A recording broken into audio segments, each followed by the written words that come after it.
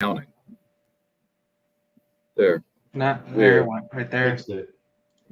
Hey guys, so that was really weird. We hit live like 30 seconds ago and nothing happened. So thanks for joining us. We'll start this over. We're gonna talk about tuning, tuners, ECU selection. I'm gonna touch a little bit about the comment last week that it's designed to break. I think it was FDF particularly is designed to break, and I know Adrian touched on that because he was basically leading the charge last week on these parts, right? So to start off with that, let's talk about why it's designed to break. So it's designed to break to save your chassis. I think Adrian, you touched on that last week, right? Yep. So one, it's designed to break so because crashing is inevitable in motorsports, like 100% every time you're going to crash at some point, right? If you never crash, you're not racing, or you're not pushing your skill set, or you're not fucking trying to grow, whatever. Crashes happen, shit goes wrong, and sometimes it's not even your fault, man. The car in front of you blows an oil line, or fucking dumps their coolant, which they shouldn't have anyway, or the water all over the track, and unfortunately, you don't have time to react, and that's just the way it goes. Or someone pulls fucking a dirty move, and we've talked about. I think I've told the story about when my own coach undercut me on the inside of the IR pig pen, which is the downhill, basically a copy of looking like a corkscrew, just shorter. And he cut me off on the inside on a right-hand turn and basically made me stand the bike up and send me out to the outfield. Just dirty fucking move. But that's racing, dude. So the other thing with parts and being designed to break with these cars is you're using harder components. So let's look at suspension on a street car. You have bushings, and a lot of guys will upgrade from rubber bushings to polyurethane bushings, right? And the reason that you have rubber bushings in the street car is because of NVH, right? Noise, vibration, and harshness is what the manufacturers call it, the OEM manufacturers. When we start building race cars, we want to get rid of what in suspension tuning is called compliance, right? So compliance is the bending of your suspension components. So not in the sense of like, when you turn, you have Ackerman, right, or an arc in your suspension travel, but in the sense of your tie rods bend. They're not rigid. That's called compliance, right? Or bending out of the point that you put them in. So compliance happens in bushings. So in a rubber bushing, it allows for more compliance as you drive down the road, and it vibrates and there's harshness, and that provides comfort of ride and makes the car quiet.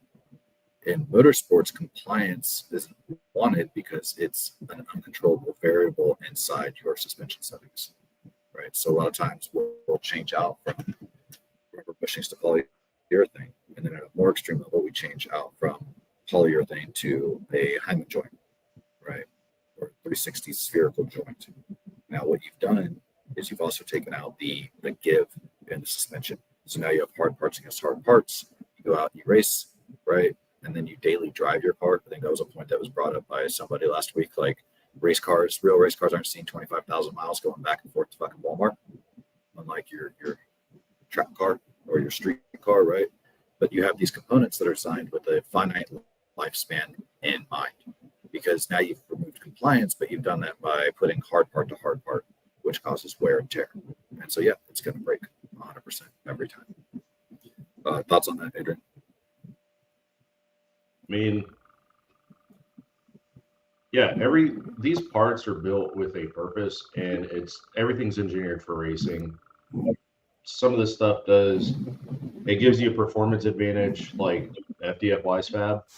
It's better than GK Tech and PB. It's better than your homeboy's cut knuckle because it's intended for competition use. The adjustability that you get, changing up your Ackerman, it benefits you like running banks where you have incline changes and stuff like that. It's all stuff that just alters your line and how the car reacts. So being able to adjust that kind of stuff benefits you in competition. Most of these guys watching this are not competition drifters at that level. I haven't been at that level where, I'm going to Irwindale and running a bank. But I do know that if I'm building a car with every intention of going there, it's going to show up with WiseFab or FDF. depending on logistics and stuff like that and budget. So, they have their time to shine. For the street guys, like it's not meant for you. If you're daily driving a car on the highway with WiseFab or FDF, like you're putting yourself at risk. You're putting everybody else on the road at risk. Not to say that it can't be done, but I personally know crew chiefing on multiple teams that do run those parts. I have to nut and bolt check the cars multiple times through a single event. Like I've had a driver go out and the dude's tension arm bolts are backing out by design, like every other lap. And then you have to sit there and drill a hole through it, safety wire it. It's not how the part came. It's not in their recommendations, but just by design, like these things back out. They see so much stress, and they're designed to have stress points like that, and failure points like that. And you kind of have to know what's going on, have some type of experience, do the due diligence of doing your nut and bolt checks and being very thorough with those kits, because they they do the job great in competition, but outside of that, like it's a liability. So I think one thing too to address is not just the high end. So taking a step back from the WiseFab, the FBM, the PBM, all that shit, where you're running solid everything, right? So you're running 350 or 360 spherical joints. I can't not say that this morning. 360 spherical joints.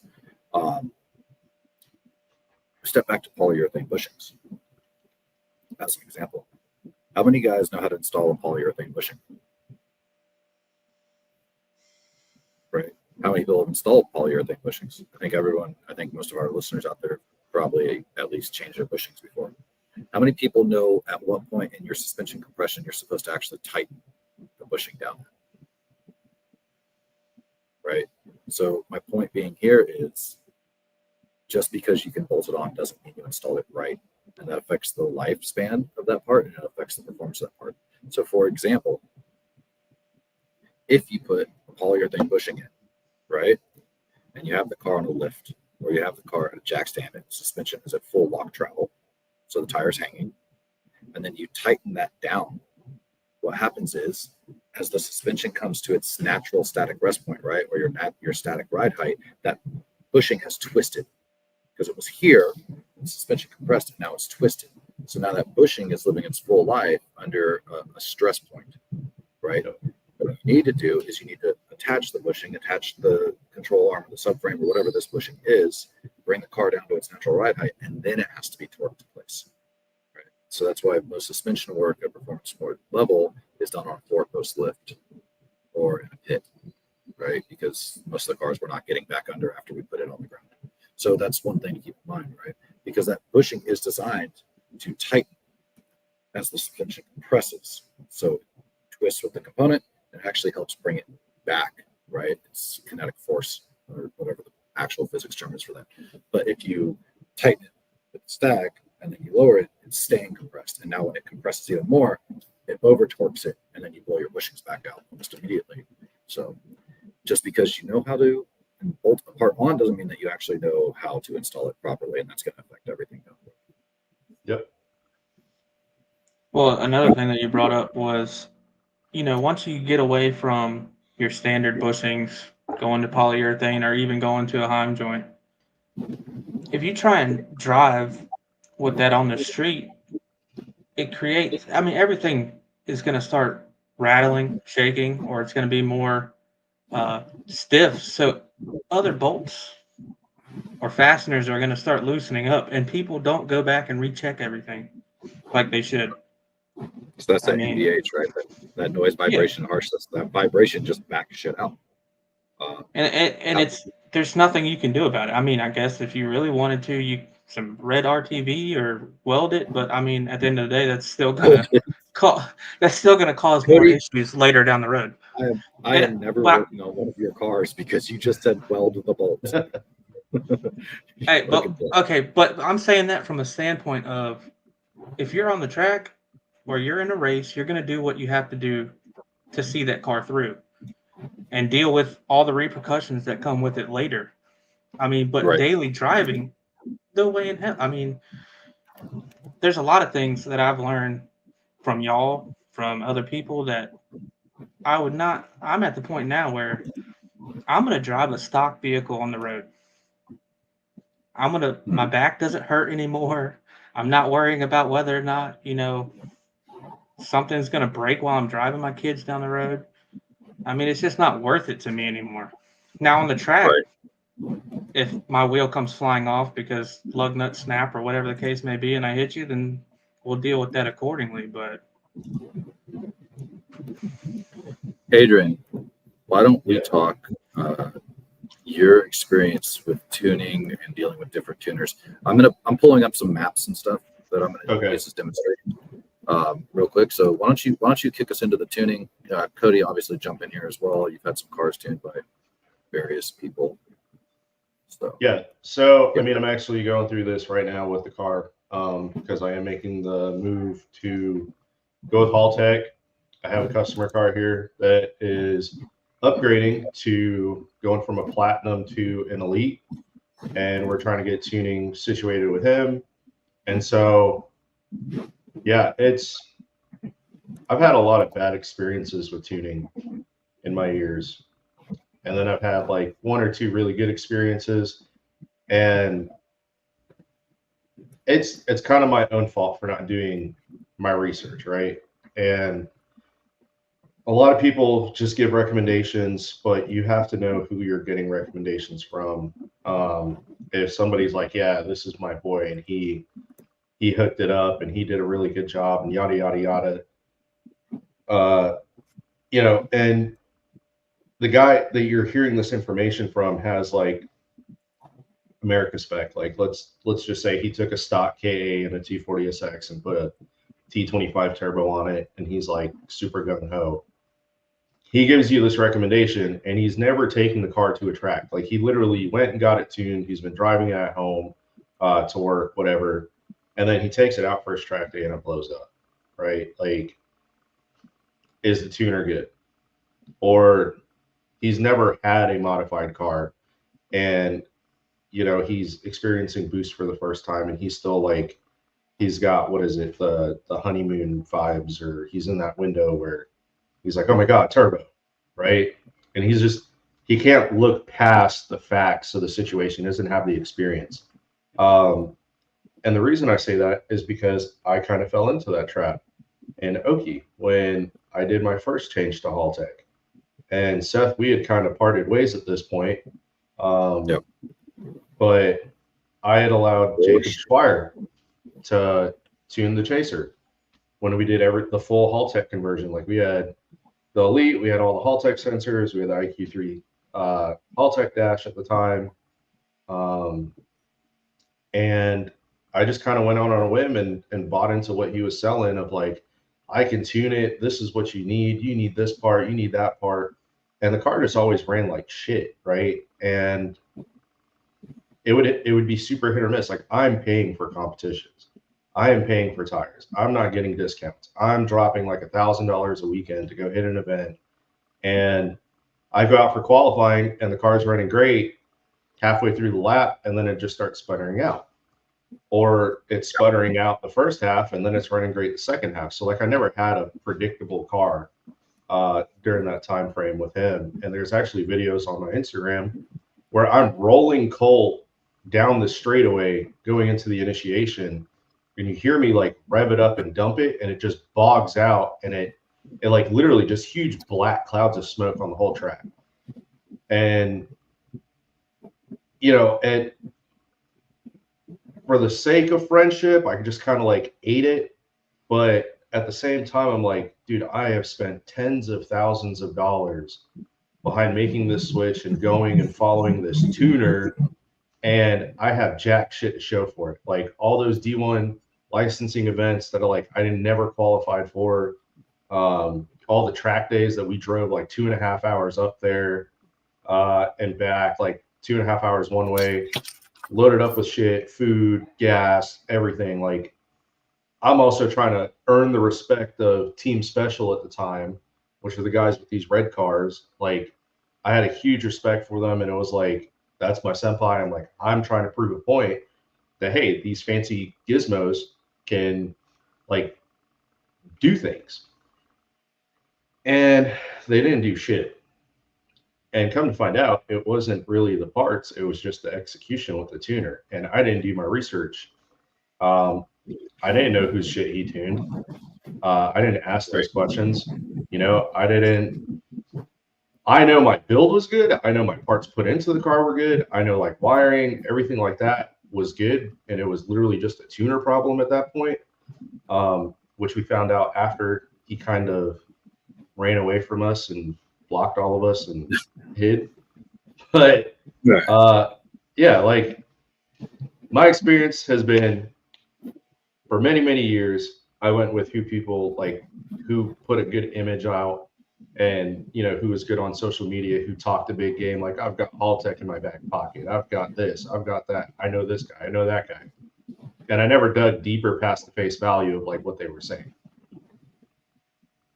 All right. That's a good intro. Cody, you got anything to add to that before I get started?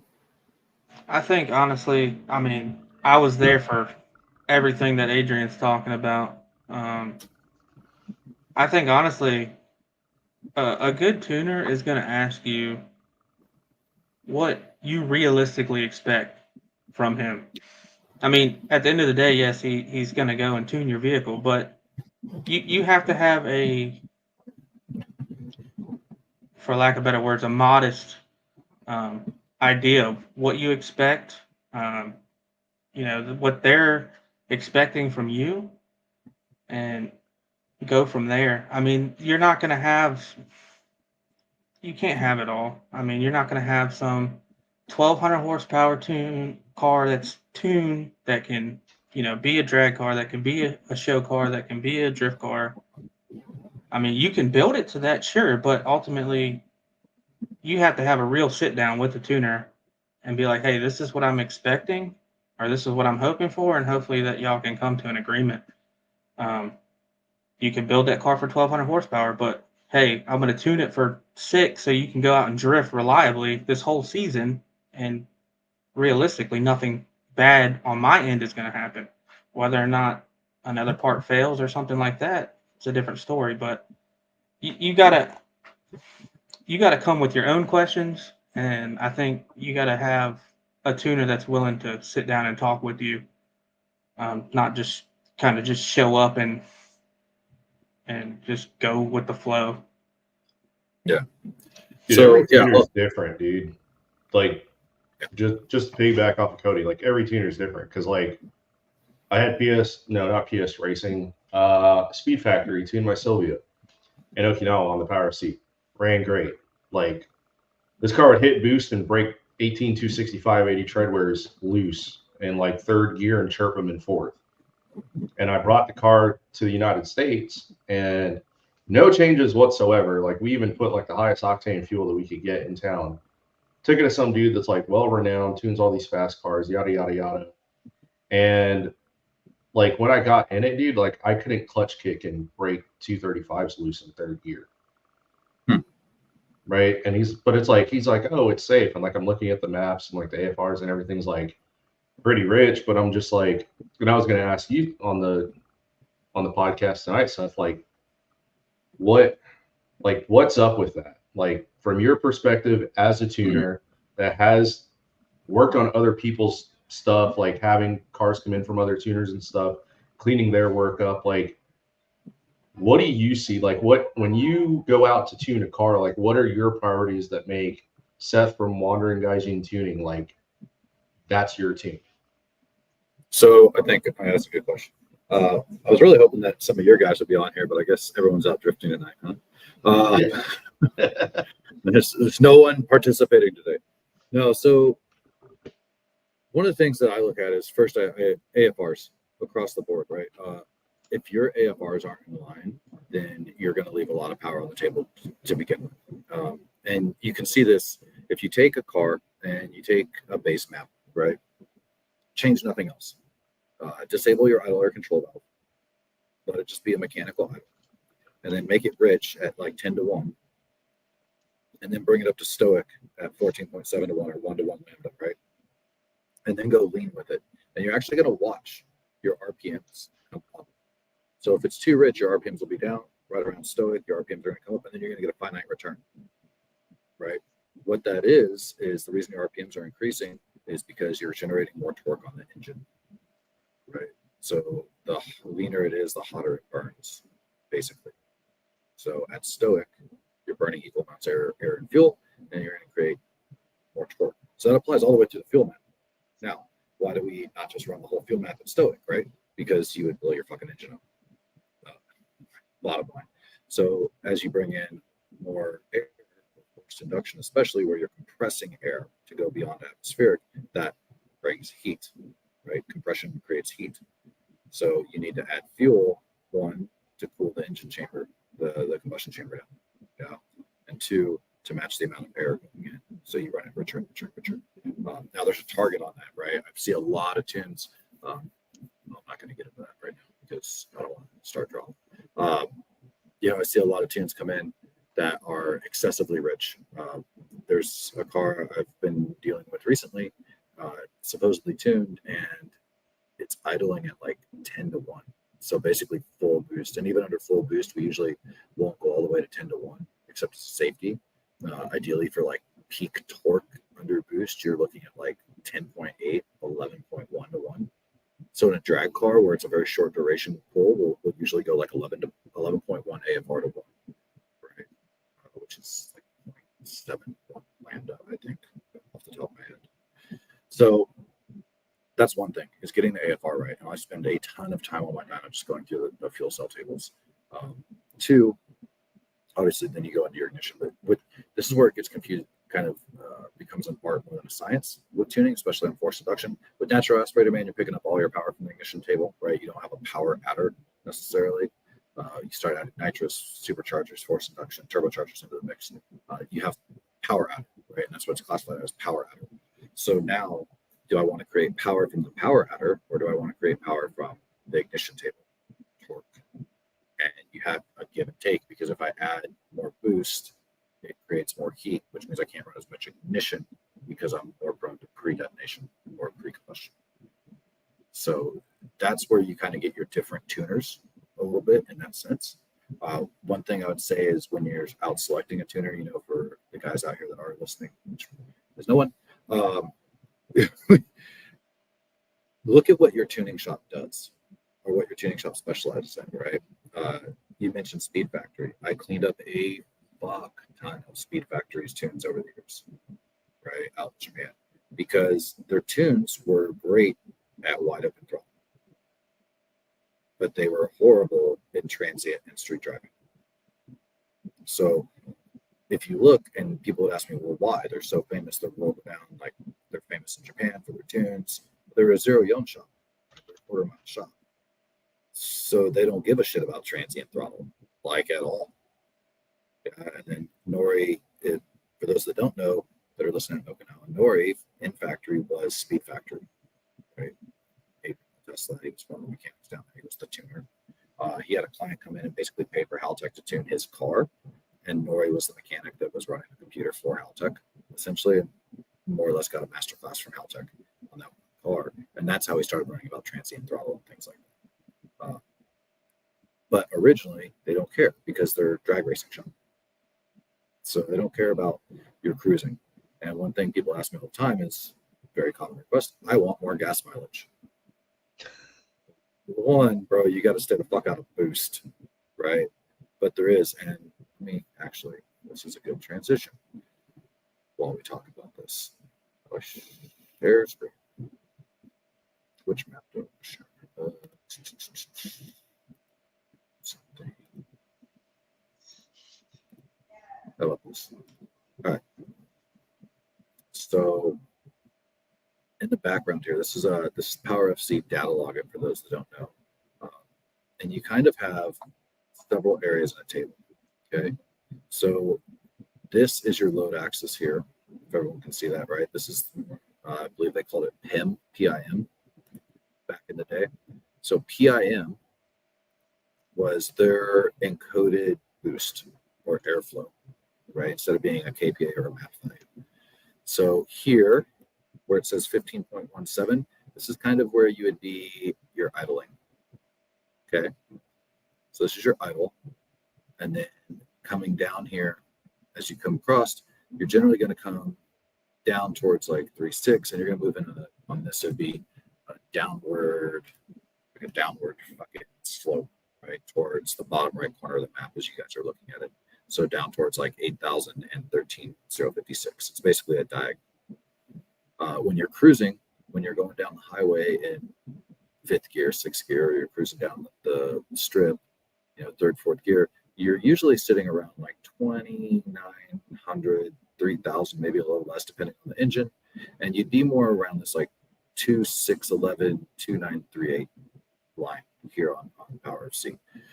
Kind of the middle of the map, if you will, right? So it's low load. I wish there was like a pin. But anyway, that's where you're sitting, right? And that is not in your direct pull. So if you do like a full boost pull, that's not the areas that you're going to hit necessarily. It's usually just a little off of them. But you can tune those out to stoke. So you can go to 14.7 again, or as lean as you go. And what I do here is I go as lean as I possibly can. So without the car bucking, right? And you'll get to a point where the car will kind of stutter because there's no load on the engine, really, when you're cruising like that, right? You're not adding stress to the pistons and the rods. So you can go lean. And that's where you get your gas mileage, right? Sorry if that's super cool. Any thoughts on that? Sorry, I told you I was going to be nerdy today. I mean, when it comes down to it, you can't have your cake and eat it too. Yeah. That's what the gist of it from a normal guy is. That's what it comes down to. You have to know what you want. To an That's not extent, necessarily you can true. have. That's not necessarily true because, I mean, even in my RX-7, I was getting with 1050cc primaries and 2000cc secondaries on my 13B. I was still getting 330 kilometers a tank, right? As long as I wasn't in boost. And you should be able to, because you should be running stoichiometric or even leaner under cruise. And that's the point. That's the point of tuning like that, right? But a lot of shops won't go back and tune that. They tune your ramp run, basically your pull, make sure the engine's safe, and then they just interpolate off of that area. So that's one reason that we street tune also afterwards, and we try and get the driver back in the car. So the Miata I just tuned, right? It's supposed to go to the track today. There'll be data logs and there'll be feedback from the driver once he takes it off the dyno and puts it onto the actual track, right? Because there's going to be different conditions. It's a different load axis a little bit than being on a dyno. The dyno is a simulated load, even with eddy brake current. So that's why you need a good shop should dyno tune you, and then should either street tune after, right? Or should have a follow-up session with you after a track day, something like that, right? So that's a good tuner. What else? Pick a tuner that's familiar with what you're wanting to use for software.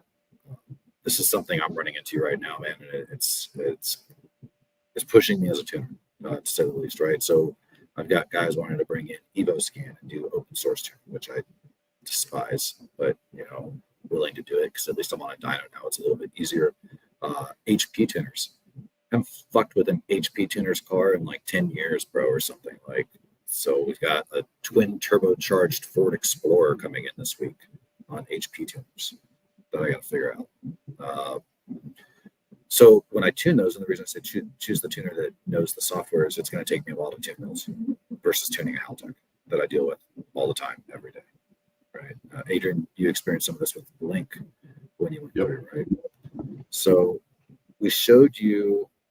I can't say that because I'm a Link dealer. All right. All right. So Link. This is Link. We'll present it. I can't even do the damn thing. I'm going to do it right. All right. So Link. Let's see. Share screen. How I did this. You said share. All right. So this is Link. It's not popping up. Yeah, it popped up and then dropped back out. Oh, it did drop back. That's weird. Well, Hey, we're just having all sorts of like goodness today, huh? How about now? Nope. Did No. the same thing. It's not allowing you Seriously? to. So Link, everybody. That's why I'm Let me switching to see. Haltech.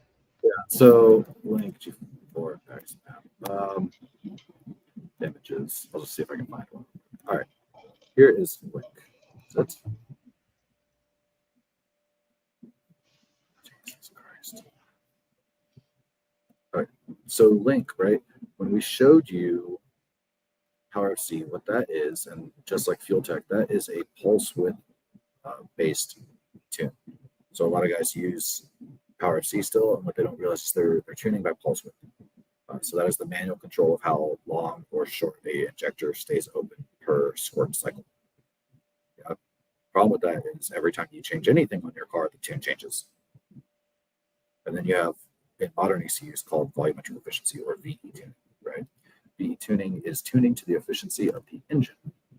So tuning the efficiency of the engine allows you to this one. How about that? So this is like right. It is a little bit of a rougher interface, but this is volumetric efficiency tuning. So on this one, on the left side, on the y-axis, we have map or KPA values. In this case, negative 100 kPa through 80 kPa, and I'm sure more. And then across is your RPMs. You're tuning to how efficient the engine is running at that time. Typically, on street cars, we see values of about 45 to 50% kPa. In your idle area, right? So 45 to 50% VE, rather, excuse me. So that VE amount is the efficiency of your total engine displacement. And then on a forced induction engine, you can go above 100 on volumetric efficiency, right? The map should not look like that map.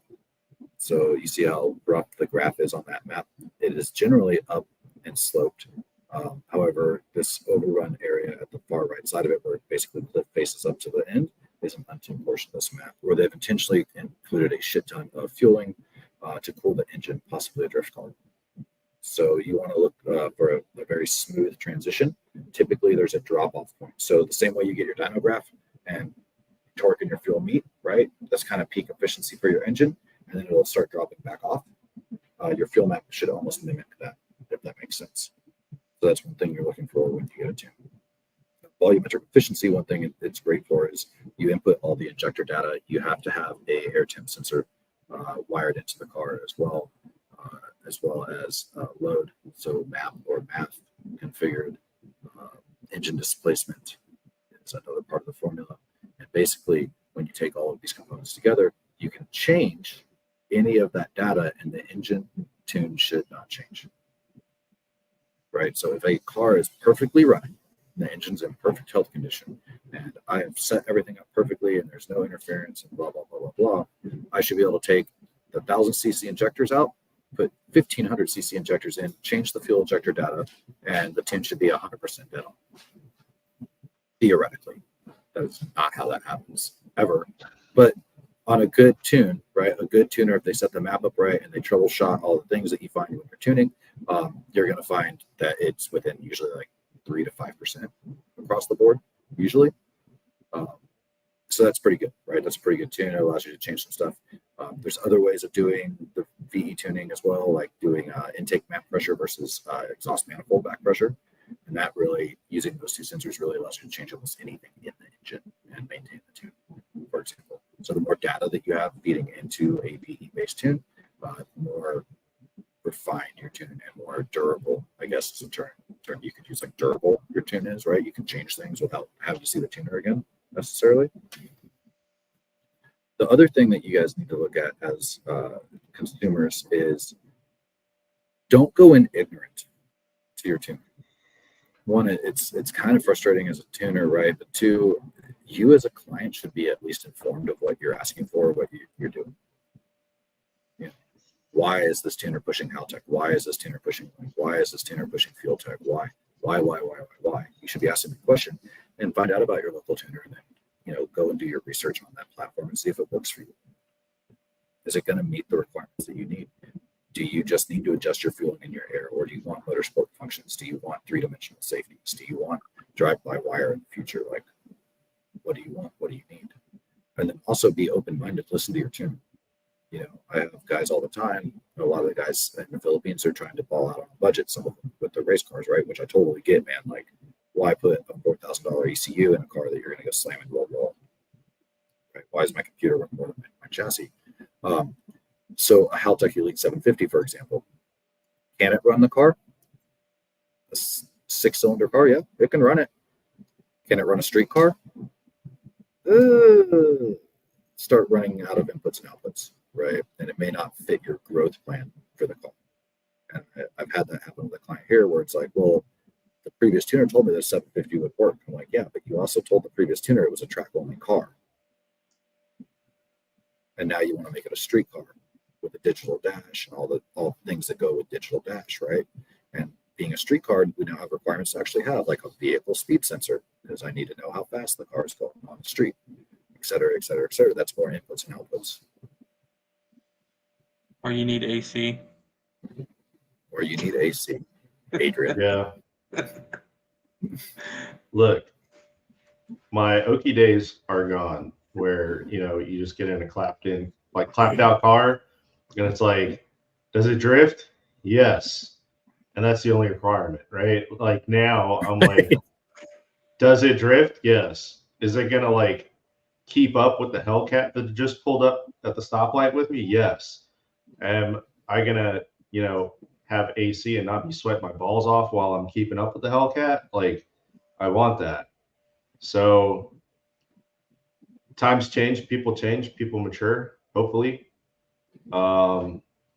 Yeah, Kevin, nothing like a clapped out. I mean, don't get me wrong. I'm intentionally building a clapped out drift car, right, just to beat the shit out of them. And it will not have AC. Like, it won't have any creature comforts in the vehicle at all. Like, it's probably not going to have a back window or doors for a long time, but that's besides the point. Like, that's where you start prioritizing, like, what do you need? Where does the money need to go for the application? And in this economy, everybody's daily driving their street cars. Like, I'm in a group chat right now with all the local drifters. They're slacking off and not tuning in right now. But dude, they're just back and forth about the dumbest shit because they daily drive like BRZs that are stanced out, or they have like stanced out drift cars. And like one dude put like eBay LCAs on and the bolts are backing out and fucking up the alignment. And he's going through front tires, dude. Like, I pulled up to help this dude at like 3 o'clock in the morning one night. I'm like looking, and he has like, there are different wheels on each corner of the vehicle, right? And I'm like, hell yeah. But to take people serious when it's like, hey, I need help, and it's like, but you're doing this shit to yourself, right? Like, the priority of having reliable transportation should be there, and you wouldn't be in the situation in the first place. But yeah, you know, you have people that are daily driving their race cars, and it's kind of like, if you had 2 separate cars, like, you could get away with doing a budget build on your track only car and just leave your factory car factory and have reliable transportation. But when you merge the two, you have to be spending the fucking money. You have to buy the products. Yeah. We always talk about this. We talk about the compromise, right? What is it? First question I ask every client who comes in the door, what's the purpose of the car? Right? Well, I can tell you 99% of the time they're going to lie straight to your face. Oh, this is a track only car, or this is only going to be a street car that I just need everything just to run and pass inspection. I think it's definitely in the younger crowd, like Adrian keeps saying, he's getting older, right? Cody, you said it earlier too, and I'm right there with you guys, man. Like, yeah, 20-year-olds will drive a fucking race car on the street because they're, god damn, I don't know how to do it anymore. My back doesn't compress that way anymore. Yeah, that's the main thing for me, dude. When I used to drive the RX-7, right? Once I did the first build on the 13B, getting in out of those fixed bucket brides, as low as that car was to the ground, and then having the carbon fiber diffuser coming off the side skirts that I had to step over, at the same time, I was like, Jesus Christ, this is fucking miserable. You know what I mean? Or like Adrian said, no aircon, no power Yeah. steering, because the Look, power I'll be steering honest. made the drift knuckles. The power steering made the drift knuckles twitchy, so I got rid of the power steering. Felt great at speed on the Toge, right? Felt like shit fucking trying to get out of my driveway. Yep. Well, your driveway in and of itself was a test on who could drive. Because I know That's why, me that's why I personally, drift knuckles. I smacked the back of my car on that retaining wall leaving your house. I don't know how many times. I've gotten So- close. Gotten close. So But not only that, like Yeah. you look at, I've been looking at car parts and stuff for my truck, and I'm like, a set of Bride Euros that I could hook up AC seats and heated seats to mhm. and cruise with, I'm all about it at this point. I mean, I Yep. had a set of those brides in my Hilux. Nice. So Dude, just having there's a- sliders on your seat rails though is like it's just a game changer, man. Like, the jeez. 180 that's in here right now. The owner is a pretty little guy, man. Like he's a pretty standard Filipino guy, younger guy. He's a lot smaller than I am, right? His seats are bolted in place on the rails. I'm like, but I can't get in your car to tune it. He's like, well, you can take my steering wheel off if you want, because there's no seat there. I was like, bro, getting out of this car every time for me is like a yoga session, right? I'm getting too old for this shit. So Doing it from the circling- back seat. Yeah, tune it from the hatch. Can't do that either. Oh, I So, know what this is. So this is Haltech, guys. This is an NSP. Woo! one thing that I- Where's one with the One sound thing I always effects? tell, yeah, one thing I always tell people about Haltech is it's a lot like Mac. For those guys that may not be familiar with the variations in the systems, right? There is a ton of work that Haltech puts into making everything plug and play. Their base maps are probably some of the best base maps I've ever seen, as far as the cars they haven't developed for, right? The ignition maps are usually within a handful of degrees of max peak torque. They're very, very efficient. They're very easy to use. So you have your whole drop-down menu down the side right here, which is all your controls, right? You have things like fuel tuning, and you can turn on all these different functions and race functions, and they're all built in depending on which model of the Elite or the Nexus that you're using. And when you plug stuff into the Haltech CAN bus, it just connects, right? Now, part of that is because Haltech, up until very, very recently, kept all of their CAN bus addressing private, right? It's not reprogrammable, it's not configurable like ECU Masters is necessarily, but it's because they don't want to have to deal with a bunch of people that don't know better. Because how many people are like, well, I bought this thing and it doesn't work with my M-Tron or my Motec or my ECU Master, because you didn't do the CAN bus addressing. How many people here can actually have the conversation of CAN bus addressing, right? The first time I did a Motec setup and with the M-Tron ECU, right? Mixing those two systems together, one's in hexadecimal, one's in decimal, and doing all the addressing and the bits and bytes, and if it's little Indian or big Indian, if it's how many byte offset, right? Because the terminology can also be different across the board between two manufacturers on that to a certain degree, bits versus bytes, and you're getting pretty in depth at that point. Or you go with something like Haltech, if it meets your needs, and you just plug the fucker in and hit enable device and call it a day. And now with the new IC7 update, you program your IC7 digital dash in the same Nexus software now instead of having two different softwares.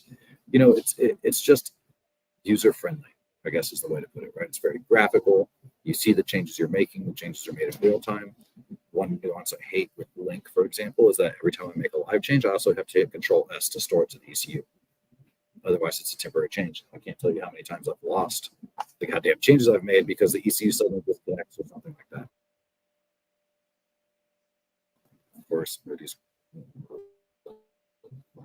I mean, honestly, it seems like Haltech's the without way to issue. go as far as if you don't the car, you plan on keeping the engine that's in the car. Starting out, someone new, this is definitely seems the way to go. All right. So this is pretty user friendly, and a lot of guys, including Adrian, I think, kind of cut their teeth tuning with Haltech a little bit. Really saw how user friendly it was, and kind of moved that direction. Right. It's the reason that I push it for a lot of people. All right, let me see if I can show you the last of the big boys here.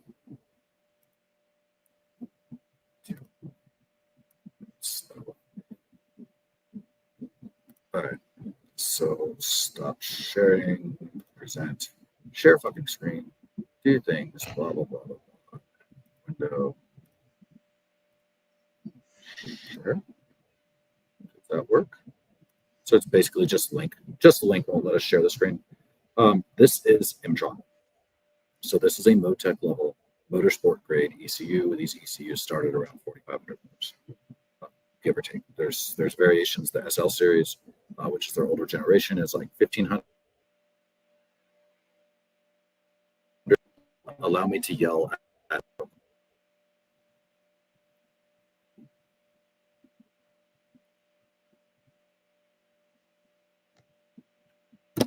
All right.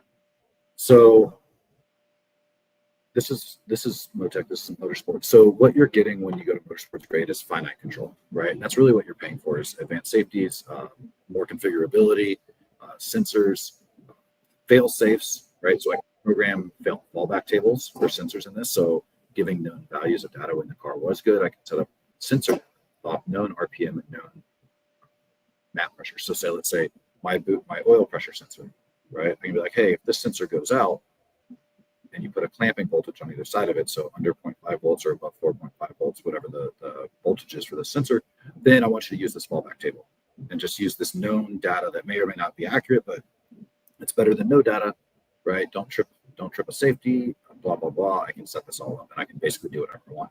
Flip side of this, it takes like 3 days to set up a proper base map on this, right? Outside of like the 2 or 3 cars they have existing base maps for, like you're not getting it. You're gonna have to do it yourself. So the knowledge level is much higher, right? And typically the price point for your tune is also going to go up. Keep that in mind if you buy an ECU. Just because you can afford the $4,500 ECU and a custom-made wiring harness to go with it, you may not be able to afford the tune at the end of it if you blow your whole budget. For example, I do Haltech tunes remote starting around $650. Starting is my remote fees to do a single map tune for you. With Mtron and Motec, I start around $1,500. So just as an example. And that is the world of tuning in a nutshell. What else? We got like 13 minutes left. Dude, so I'm going to hit on 2 things just because it's fresh and what you said. Yeah, I just have my buddy David here move a Nissan Patrol or whatever the hell it was. Badass build. I think it was running on like a Motec BDM to like some other brand ECU. The dude that came and bought it non-running, like they couldn't figure it out. And I'm like, look, this is not troubleshooting like a Suburban, like a Chevy Suburban, right? Like it's not HP tuners. If you don't have the experience going into tuning software like this and pulling stuff up and reading your voltages and your comm network and stuff on the can, you don't know anything that's actually going on. And so the guy that bought it looks over at me and he goes, so you seem to know what you're talking about, because I was kind of like hinting towards, hey, you need to go to this type of tuner, find this type of person. You're probably not going to find anybody local. You're going to have somebody remote in or fly them in even for convenience sake. And, he's just like, he looks at me, he's like, will you touch it? And I'm like, you couldn't pay me enough money in the world to for me to go through a crash course to want to touch this. Like, I'm telling you, at this level of tuning with this ECU and your chassis harness and how everything is communicating, go to the expert. Like, just making that jump, yeah, you can pull the trigger on $5,000 worth of Haltech Nexus stuff, put it in the car, configure everything properly, like Wiring Specialties makes harnesses and shit. Now everything's plug and play. You can be the assembler like Bob the Builder, but the tuner to access that and unlock all the features that you paid for, he's going to be $3,000 to $4,000 on his own. So you have to consider that when you're going with this type of or this level of a build. The other thing, let me real quick, Adrian, on that. If you're out there and you're looking, because we see some of these gangster race cars come up for sale sometimes, right? Depending where you're at, There's 2 Formula 3 cars for sale here right now that I would love to get a hold of. One's a Ferrari and one's a BMW Formula 3, just because Seth wants to drive a Formula car around the track for funsies. Maybe a blast. But whether it's a pro level drift car that's been swapped out with a custom chassis harness and all PDM, right? PDMs are becoming very, very, very popular with cars. And if you're buying a car with a PDM, make sure you research that PDM. That's what I'll tell you, right?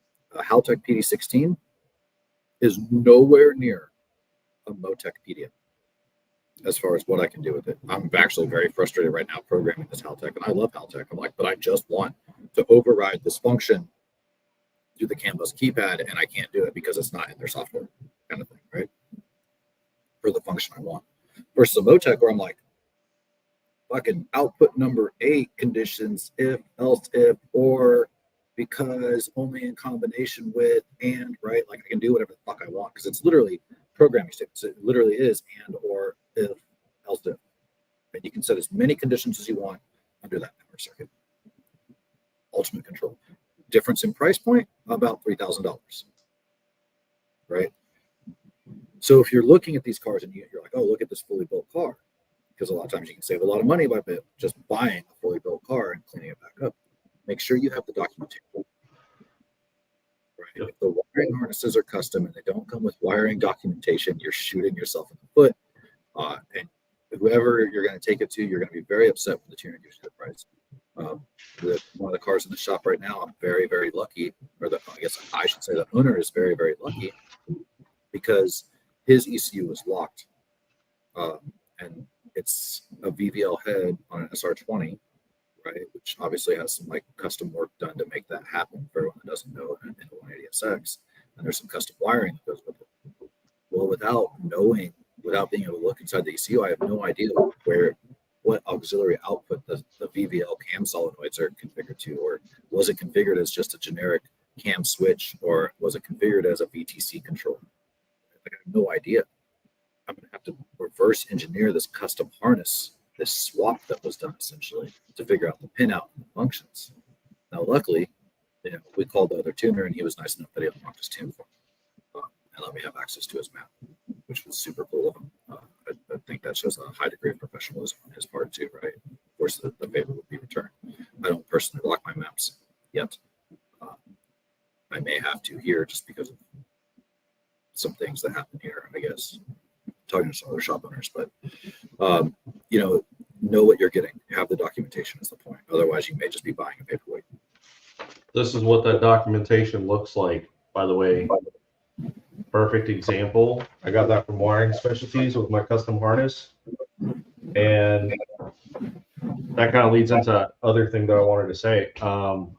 Yeah, the usability, or how friendly it is for an amateur guy to get in and just piggyback stuff on the CAN bus with Haltech, or even incorporate sensors into like their patch harnesses and stuff that they run. Unmatched, dude. Like, I have a Link ECU in my chaser. There's like 80 pins on the factory plug that go into the board. So if you don't know, the Link G4X is supposedly like the latest, greatest, like standalone ECU thing. They sell you a board that they pre-pin to the stock ECU plug so you can use it as a plug and play. You input it, like you put this board into your factory casing and plug your factory harness into it. The issue is if you want to do any additional sensors, add CAN features and stuff like that, you have to buy expansion looms and splice into it. And then you have to drill holes in your casing and do like, it's really stupid. And for the price point, by the time you buy the additional sensors and the addition, like the expansion looms and stuff like that, you're at the same price as just buying a Haltech Elite, right? So Haltech now makes enough plug and play patch harnesses that having a plug and play ECU like that is stupid, and then the interface with it. So the issue that I had was we tried to configure the AEM wideband, the X series, to the CAN plug. Super simple. High, low, put it in, and then you put, like, set the data up in the link. The stupid thing would not communicate. Like, no matter what we did, went through what Link told us to do, what the forum said to do, and we wasted like 4 hours trying to set this shit up. And on the Haltech that I had in my party car in Las Vegas, dude, that was a 2JZ with a stripped down JZX100 1JZ engine harness to a JZX100 patch harness to the Haltech. And we had everything going into that patch harness. I mean, I literally just plugged in the wideband, plugged in the IC7. There was no setup. Everything just turned on, updated on the computer, and functioned. Like speedo, or not speedo, but RPMs, all the sensors, like water temp, all that shit. Everything just displayed on the IC7. It popped up in the ECU. We had that ECU controlling fans. We had 4 fuel pumps in my radium fuel cell, right? So if I had a failure, I could literally just boom. I don't have to open up the tank and switch fuel pumps in tank or call a 5-minute competition timeout to change a fuel pump. I could literally just say, hey, we're running off of this pump instead. And to be able to do that in a competition car is amazing. The other thing that was great was like the IC7. Dude, it has like the diagnostic thing where it shows you all the live voltages on the IC7 dash, right? So if the car's acting retarded, I can just pull up that screen and like look and be like, oh, my 6 injectors are reading this voltage. 5 of them look the same. 1 looks bad. Like, let's look at that injector, swap an injector out. Or a coil pack readout is like this or that. Like, that's what you pay for. And that's what you should get when you purchase a product for like $2,000 or $2,500. So yeah, and the last thing I'll say on this too is we keep talking about motorsports versus not motorsports. Like, be realistic about what you need. 99% of the people out there have been doing this for a long time, and say 90% of the cars have put on a Haltech or what I call a consumer grade ECU, right? Very, very, very few cars out there really require Haltech, an M-tron, Cybex, a Bosch, a Life. These are professional systems for professional cars. And even at the professional level, you'll still see cars running like Haltech and Blink even. But also, like I keep saying, realize what you're getting. Like with the Haltech, you're getting something that plugs in and has a base map, and your triggers are programmed into the software, and blah, blah, blah. Like with a Motec dash, so my C127 dash, there's nothing on it. It's blank. You have to draw and program all the lines and the gauges and the speedos and the needles. Like, you're designing the dash, right? Which is super cool. Also took me like a week of sitting in front of my computer playing arts and crafts. Like, it's cool. I learned a lot, you know what I mean? And then I have to assign each one of these gauges to a CAN value and each one of these to a maximum and minimum fucking fault. If I want it to go from a green bar to a red bar, if it's over temperature, I got to program that switch and by temperature. And dude, do you need it? Or do you want an IC7 that you just plug in? Dude, there's actually something pretty dope I saw on Instagram Reels, dude. Some of the designs that they come up with for the IC7 dashes is insane. No. It's fun. With that, as I close out, if you want to keep your custom IC7 dashes, do not do the current update that allows you to use it as an analog input-output expander and program in NSP. They have encoded the images and the firmware now, so you won't be able to customize it at this time. Haltech has said that they will look at releasing that as a function in the future. Sick. I'm about to buy one. So yeah. Anyway, I'm still running the old firmware on mine, dude. I'll just use ICC and keep my custom graphics and layouts. Whatever. All right, so that tunes up Seth rambling for an hour. I guess that's it. See you guys next week, maybe. If anyone wants to hear us talk again. Some carburetors. What carburetors? Disgusting. No, they're not. It's a dying art form. But let it die. No, don't let it die. But I mean, honestly, my takeaway is this: is if you have a street car, simplicity is the greatest thing that you can have. Because at the end of the day, if something breaks, it's easy to fix or find what the issue is. There's no need to necessarily have this $10,000 setup on a car that you're going to drive every single day and fuck with every single day to try and get it running right. The library that Haltech has for their base maps, all their plug and play harnesses, you really, on a street car, you don't need anything more. I mean, when you get to that level of wanting to go from having a car you drive every single day to a car that you trailer and you run a couple laps at a time and let it cool down, that's when I would start expanding on what maybe you necessarily need. But that's just my take on it personally. All right, to sum it all up, buy a fucking Haltech, put it in your car. Your daily driver should keep up with the Hellcat. If it can't, you suck. Because the stock 5.0 will keep up with the Hellcat. Blame the tuner. Yes, I tuned Always. your car 8 years ago. I tuned your cars 8 years ago. It's my fault. It's not running today. Damn. That was like You don't- 30 cars ago. You don't need to run E85. You don't need to run 93. Just run That is- 87 Hey, 87 that is a real octane. conversation. That is a real conversation I had like 2 days ago for a car that's getting ready to ship back to America because he is having a cold start issue 8 years after I tuned the car. It's the team's fault. On that note, yeah, it's my fault. Anyway, on that note, not the 8-year-old gasoline because it's been in storage. We'll see you guys next week. Thanks for tuning in. Later.